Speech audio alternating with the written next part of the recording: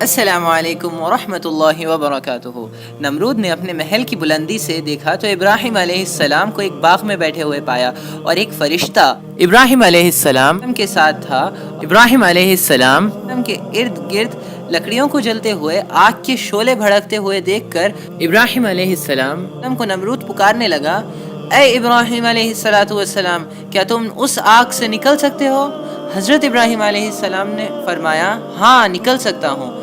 اس نے کہا، اٹھو اور نکل آؤ۔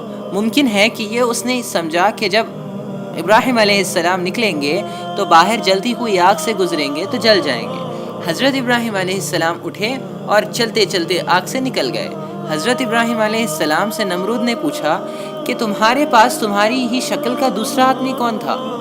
ابراہیم علیہ السلام نے فرمایا کہ وہ سائے پر مقرر فرشتہ تھا جسے اللہ تعالیٰ نے میرے پاس اس لیے بھیجا تھا کہ مجھے اکیلے ہونے سے کسی قسم کی کوئی گھبراہٹ نہ ہو، بلکہ میں اس سے انس حاصل کر سکوں۔ یہ ہمیں تذکیر الانبیاء علیہ السلام صفحہ 125 میں ملتا ہے۔ نمرود نے کہا کہ جب میں نے تمہارے رب کی عزت و قدرت کو دیکھا تو میرے نظر مانی کہ تمہارے رب کا قرب حاصل کرنے کے لیے قربانی کروں گا، اس لیے میں تمہارے رب کے حجرے 4000 گائے کی قربانی پیش کر رہا ہوں۔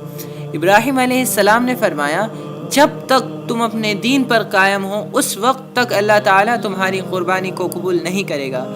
اس نے کہا، میں اپنی بادشاہی کو نہیں چھوڑ سکتا، البتہ قربانی ضرور کروں گا۔ اس نے اپنی نظر کے مطابق 4000 گائے ذبح کر دی اور آئندہ حضرت ابراہیم علیہ السلام کو سزا نہ دینے کا ارادہ کر لیا، البتہ وہ اپنے کفر پر ہی قائم رہا، ایمان اس کو نصیب نہ ہو سکا۔ بعض روایت میں جب کفار نے دیکھا کہ ابراہیم علیہ السلام کو آگ نے نہیں جلایا تو انہوں نے کہا کہ اے ابراہیم علیہ السلام، آپ نے آگ پر جادو کر دیا ہے۔ انہوں نے تجربہ کرنے کے لیے ایک براہ کو آگ میں ڈالا تو آگ نے اسے جلا کر راکھ کر دیا۔ یہ ہمیں تفسیر کبیر جلد 26 صفحہ 150 میں ملتا ہے۔ حضرت ابراہیم علیہ السلام کو آگ میں 40 یا 50 دن رہنا پڑا۔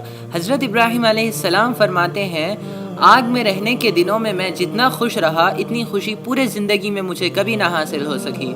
اللہ تعالیٰ نے سائے پر مقرر فرشتے کو ابراہیم علیہ السلام کے ہی شکل میں ان پر بھیجا کہ وہ آپ صلی اللہ علیہ وسلم کے پاس بیٹھے تاکہ اس سے انس حاصل کریں، اکیلے ہونے کی وجہ سے آپ کو کوئی پریشانی نہ ہو۔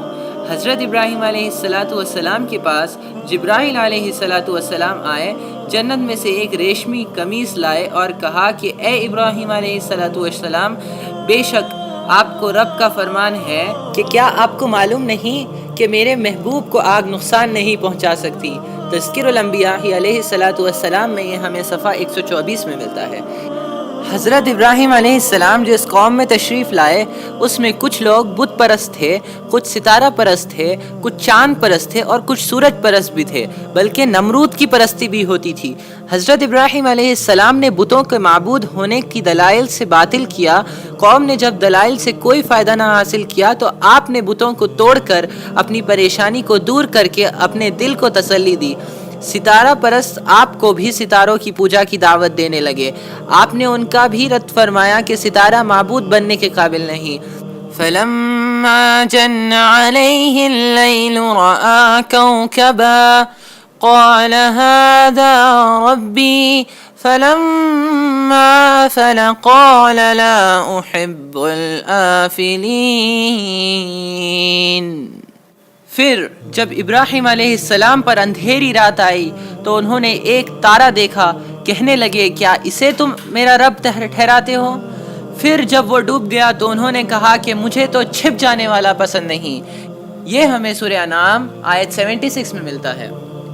یعنی یہ تو خود کسی نظام قدرت کے پابند ہیں، ان میں معبود بننے کی صلاحیت نہیں۔ میرے توجہ اور محبت کا مرکز تو صرف ملک الملک خالق کائنات وحدہ لا شریک ہے۔ میں تو ان ستاروں سے نہیں محبت کرتا اور نہ ہی ان کو کسی معاملے میں مؤثر کا حقیقی مانتا ہوں۔ جب ان سے محبت ہی نہیں تو ان کی عبادت کو کیسے اچھا سمجھ سکوں؟ چاند پرستوں نے آپ کو چاند کی عبادت کی دعوت دی، آپ نے ان کو بھی رد کر دیا کہ تم تو گمراہی ہو۔ حق تو یہ ہے کہ تم خود سیدھا راستہ پر آ جاؤ، کیا تم مجھے راہ راستہ سے بھٹکانا چاہتے ہو؟ یہ ناممکن ہے۔